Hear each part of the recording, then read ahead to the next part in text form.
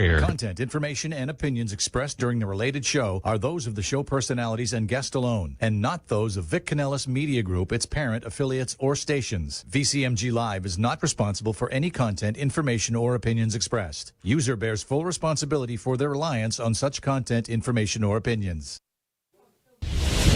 Welcome to Making Money with Laura Sanders, a name you can trust. With over 20 years of real estate experience and selling over 150 homes a year, Laura Sanders is the #1 RE/MAX agent in the state of Florida for 2021. Join us each week as we discuss how to make money through buying and flipping homes to renting versus selling and everything in between. To join the conversation, call in live 888-994-4995, Studio A. Hi everyone, welcome to Making Money with Laura Sanders, and I am your host, Laura Sanders. Every week we talk about something to help you make a little money, save a little money, or maybe just help you navigate this crazy world that we live in. Today we're going to talk about something that most people never think about. Most realtors probably have no idea what the ramifications are, how to manage the transaction, and we're going to talk about FIRPTA. You're probably going, FIRPTA what? FIRPTA. So that's a foreign national. And with me today, I have Nick Fiorello with JK Closings Attorneys, and he is amazing. They do a really good job over there, and they are so eager to always answer all of our questions. So agents, if you're looking for a title company that can definitely help you, Nick's your guy. Thank you. So tell me about FIRPTA. Like, when does that come into play? Is there something special needed?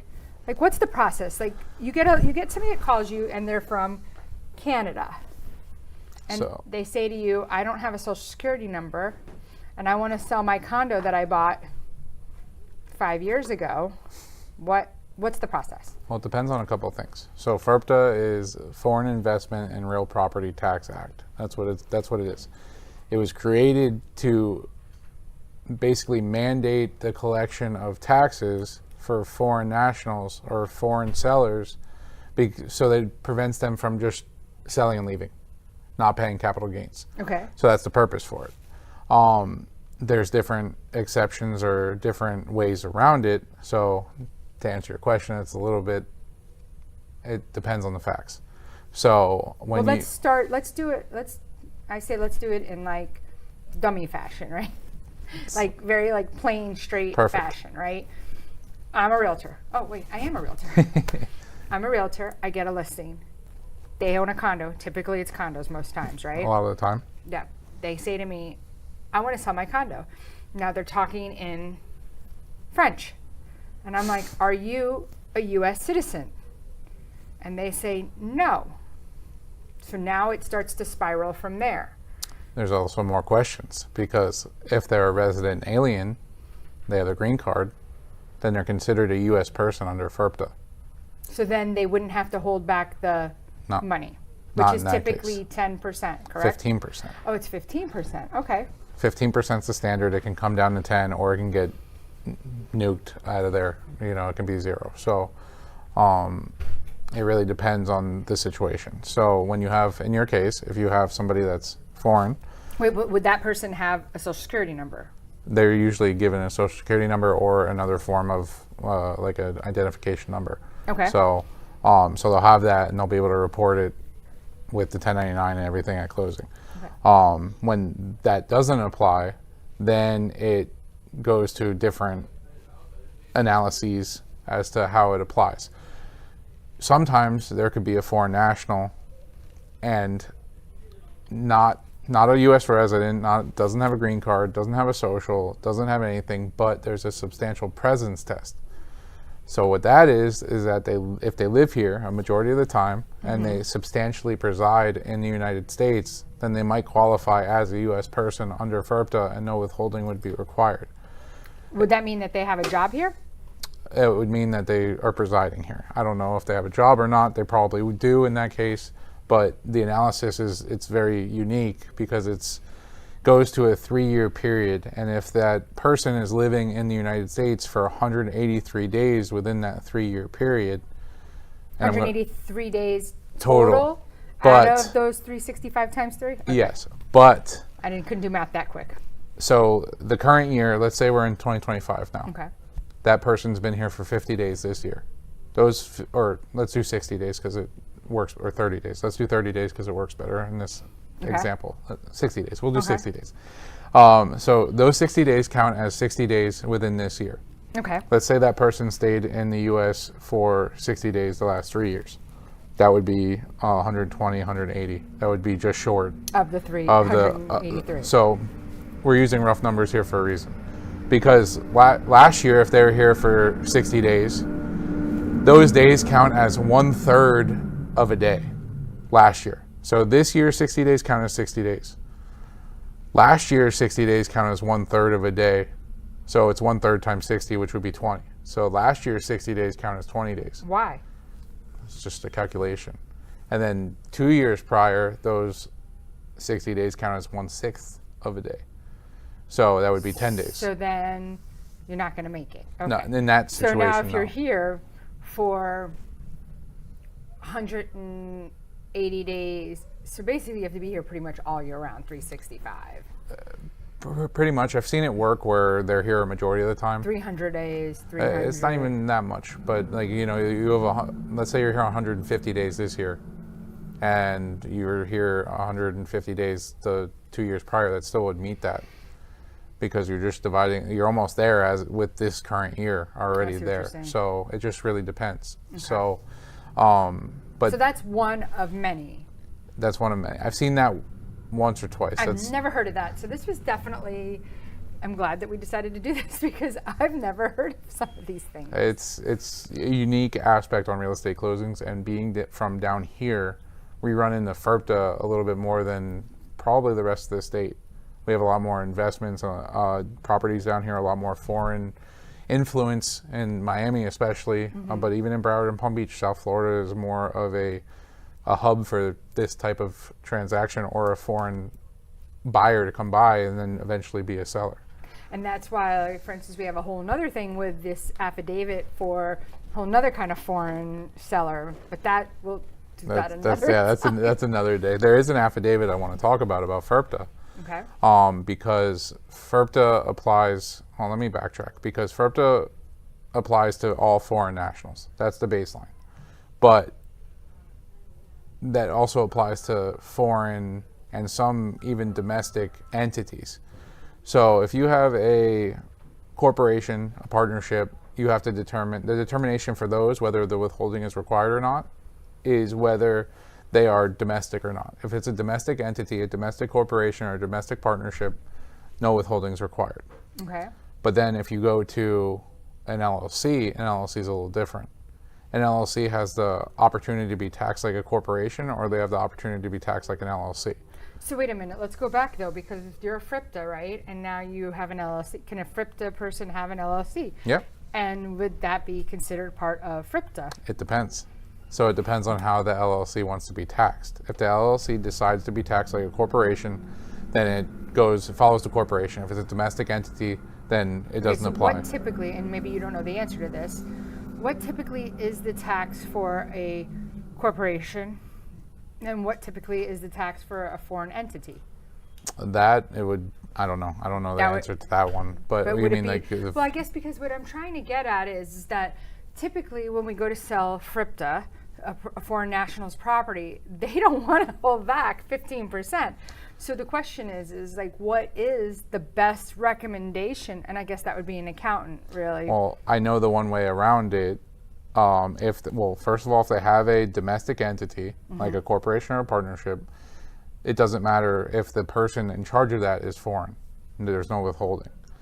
If they decide to open an LLC, that's where they can run into issues, because a single member LLC will follow what they are. Okay, but so a multi-member. So what's the other one? So go back. I want to make sure we're understanding, because it's a lot of information. It is. What is the one that you feel that would circumvent? If they open an Possibly. LLC, then having a multi-member LLC. You can have 10 members, 20 members, 5 members, 2 members, whereas it's multi-member. They can all be foreign, but because it's a multi-member LLC, meaning more than one member, Okay. then, or 2+ members. Oh, okay. So it could be you and your wife? Yeah, could be you and your wife as members. You can both be foreign. And how long does it have to be in existence? It doesn't. You could literally create it right create before it to selling buy the property. it. No, you have to own the property in that. But you could transfer, you could tax, You could. you could transfer, you could do a deed transfer into it. Yeah, I don't know what the tax ramifications would be on the accounting side of that on the back end, but I've seen that happen where a file's come to my. But agents, be careful, Yeah. because number one, you don't know if the associations will allow that. So you go to buy a property, you think that you're going to circumvent the tax, and the association has in their rules and regs no LLCs, no corporations, no trusts, no this, no that. Yeah, and they could come back and. And you foreclose have on to apply in that company. I always, when I'm telling anybody to do, when they're doing a quitclaim deed, if there's a loan, get approval from the lender, and if there's a association, get approval from the association before you do it, so you can avoid any issues with that. But that's Yeah. a separate You issue. probably get away with doing it after you close because you're not applying. Don't know that they could really go through their tax records and do a due on sale clause. It would be a little tough, but Mortgage companies can. They can. I have seen it done before. Only once and to the same person twice, it's. which was mind-blowing. I don't know if they were doing something shady to alert them. No. But Well, the only thing I don't know is if it was the same mortgage company, because both properties were purchased by the same, and they were investment properties by the same mortgage lender. So I don't know if she probably used the same underwriter, the same, they probably could have. and when they saw one, they probably went back and said, oh, in our system, she's got another one. Let's go see what that is. And they tagged her for both. Probably. But that's the first and only time. And I want to say that was 2005, 6. Yeah. So. There was a lot of crazy stuff back in 2005 and 6. Yeah. Definitely.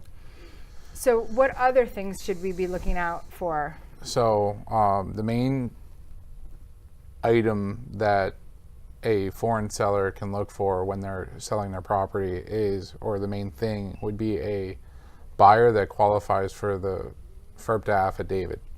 That's an affidavit where the buyer signs, and I'll explain it in a second, but basically it either says no withholding if the purchase price is $300,000 or less, or if the purchase price is $300,001 to $1 million, it would reduce the holding from 15% to 10%. But there's certain things that need to be met in order to hit that, qualification, and then that buyer would sign an affidavit directing a closing agent not to withhold the proceeds and not to send them and remit them to the IRS. So, and the items for that affidavit to be, or the items that are needed for that affidavit to be signed would be that the property is residential, which is most of the time in these cases. The buyer's an individual, so not an LLC, not a trust, not whatever. The buyer or the buyer's family, doesn't have to be the buyer exactly, it could be the buyer's wife, it could be the buyer's kids. They are living in the property or occupying the property. 50% of the time it's occupied for the first 2 years after closing. And then the purchase price has to be $300,000 or greater, or less, sorry. And then that would mean no withholding. If it's greater than the 300,000, so 300,001, then it would, if all of those other items are met, then it would reduce the withholding from 15 to 10% of the gross sales proceeds. It's not net, it's based on the purchase price, the gross. So it's, it's based on that number before you pay commissions, before you pay all of that. So it's the purchase price. So that purchase price, a lot of the times you see in negotiations, you see that purchase price $299,999, 99 cents. Never seen it 99 cents, but you get what I'm saying. Well, that's good to know, to tell people when they're selling, foreign nationals that, hey, they're like, oh, I really want to sell it for like $325, and it's like, well, or if they say, the buyer says, oh, well, I want a credit back, right? Now it shows still $325. It doesn't look at the reductions, so it's not in the best interest of them. So knowing that little piece of information, I personally think is really good to know. I didn't even know that. It allows you to negotiate different credits and different other items that may not be normal on a normal transaction, but hey, the purchase price is coming down. So now, if you're in Palm Beach, for example, maybe the buyer will pay for the closing costs or the title insurance or something where they'll get more out of it at the end of the day by not spending they're not getting their price that they want, $305,000, but they're not spending the $5,000. So inherently, it's saving and it kind of equals the same. Well, we're going to go to commercial break, and when we come back, let's talk about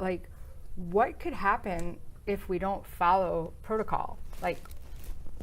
Could we potentially put ourselves in legal jeopardy? So stay tuned. We're going to go to commercial, check out our sponsors, and we'll be right back.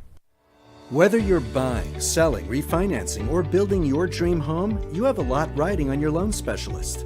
Max Fish, a top 1% mortgage loan officer in the nation, will give you a same-day qualifying quote. Max Fish is committed to providing his customers with mortgage services that exceed their expectations. Ensuring that you make the right choice for you and your family is his ultimate goal. Contact Max Fish today at 954-729-6933 or max.fisch@nwmcorp.net. At JK Closing Attorneys, we do all of the same things that a title company does, but with the benefits of being a law office. We can help with residential real estate, short sales, commercial real estate, refinances, 1031 exchanges, and FIRPTA withholding. Contact JK Closing Attorneys today at 954-332-3111. Again, that is 954-332-3111. Priority One Credit Union of Florida is a welcoming credit union that makes your financial success our number one priority. We offer lower loan rates, higher deposit rates, and common sense local loan approvals, with nationwide access through shared branching. Hi, I'm Dina Hennessy, President and CEO at Priority One Credit Union. We are open to the community. Anyone can be a member of our credit union, and we would love to have you. Contact us today at 954-335-5100. You can also reach us at PriorityOneFL.org. Your financial success is our priority. That's 954-335-5100. You have been watching Making Money with Laura. For more information, contact Laura Sanders at 954-650-0827 or visit her website at theloracell.com. And now back to the show. Welcome back to Making Money with Laura Sanders. And guess what? I'm Laura Sanders. Just kidding. No, I'm not kidding. I really am. So we're talking about FIRPTA, and I know I come up with some of the craziest things to talk about, but most people just don't know. New agents don't know. Sellers don't know. I would imagine people that are FIRPTA, they're a little smarter than we are when it comes down to it, and they know, and they're trying to see if they can slide one through, right? Sometimes they have no clue that it applies, and I have sellers that yell at me saying, "Oh, I'm sure they're cursing you out." Oh, of course. So we got two things here, right? We have FIRPTA buyers buying property, and we have FIRPTA sellers selling properties. So let's just look at this for a second. FIRPTA sellers selling a property, how can that affect the realtor? It can, so let's say the seller doesn't understand that they are a foreign seller and they owe, there's a withholding that's supposed to be done at closing. They might go through the transaction and get to my desk, and then I have this conversation, hey, have you spoken to a FIRPTA accountant yet? And they're like, what are you talking about? What are you talking about? Yeah, you have 15% that need to be withheld. I'm not doing that. Yeah. You can't do that. Usually in another language, and usually not very nice. But you understand it at that point. They're getting surprised with this large amount of money. So that should be on the realtor up front to ask.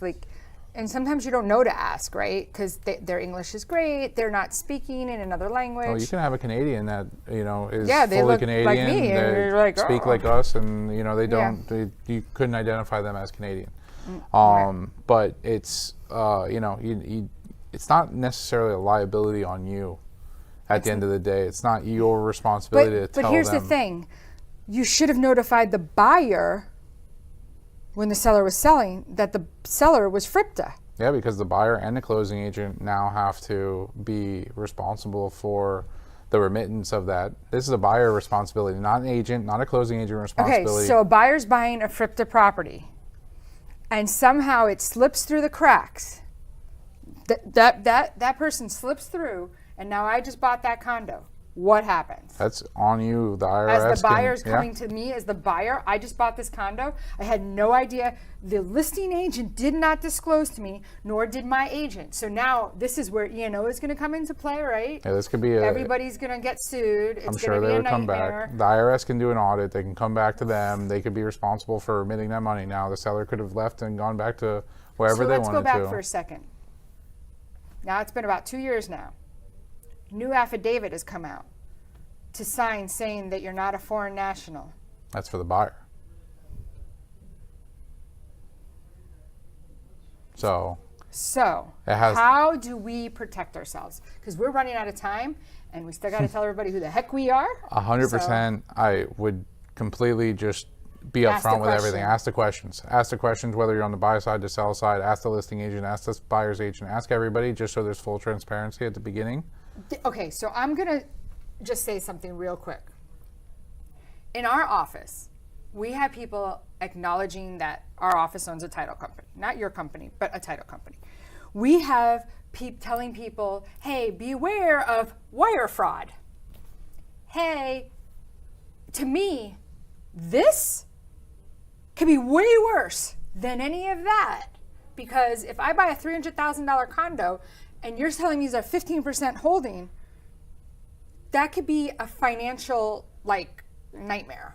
Yeah, I mean that's 15% of that could be tied up, and then ultimately it would be a buyer responsibility if it's not withdrawn, appropriately. So it's a issue, and now there's changes that are actually taking place on September 30th, so next week, where the remittance to the IRS can no longer be a paper check. It has to be an electronic transfer through an IRS system. So now closing agents, who also, like I said before, are not going to be responsible for this. They're not responsible to send the money. They usually do it as a service. Mm-hmm. They're not liable. This is a buyer liability. But now those closing agents need to register with the IRS with this payment method. I don't know the exact name, what it is, but payments need to be made electronically only now through that service. And so now, what if you get to a closing on October 1st, there's a FIRPTA sale, and the buyer's closing agent's not ready for whatever this process is. So now that would lead to a delay. Are you guys ready? Will you be ready? We will be ready. We're always ready. All right, so you heard it directly from the horse's mouth. Sorry, Nick's mouth. He's not really a horse. But you know what they say, a horse is a horse, of course, of course. Of course, of course. For the famous Mr. Ed. Yeah. Anyway, nobody knows what I'm talking about. Anyway, I've just dated myself. So if you're looking for a top agent, definitely give me a call. I'm thinking about all these things all the time. I'm thinking about wire fraud. I'm thinking about this. I'm thinking about that. My brain's going 24/7. So definitely give me a call, Laura Sanders, Remax Direct. And if you are looking for a title agent, or you're just looking for an attorney, you're looking for an attorney to represent you in the purchase or the sale of a home to make sure that these things don't happen to you, how can everybody reach out to you?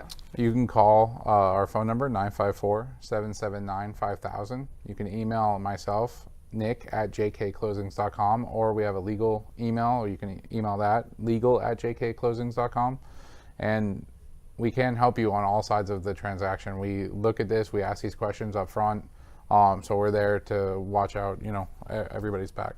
Yeah, because, we have to watch what we do, we have to watch what we say, because even, what's the name of the guy that just got kicked off with Disney, and then they let him back? Jimmy Kimmel. Yeah, I want his job. I could do it. I could totally do it. Don't you think? Yeah.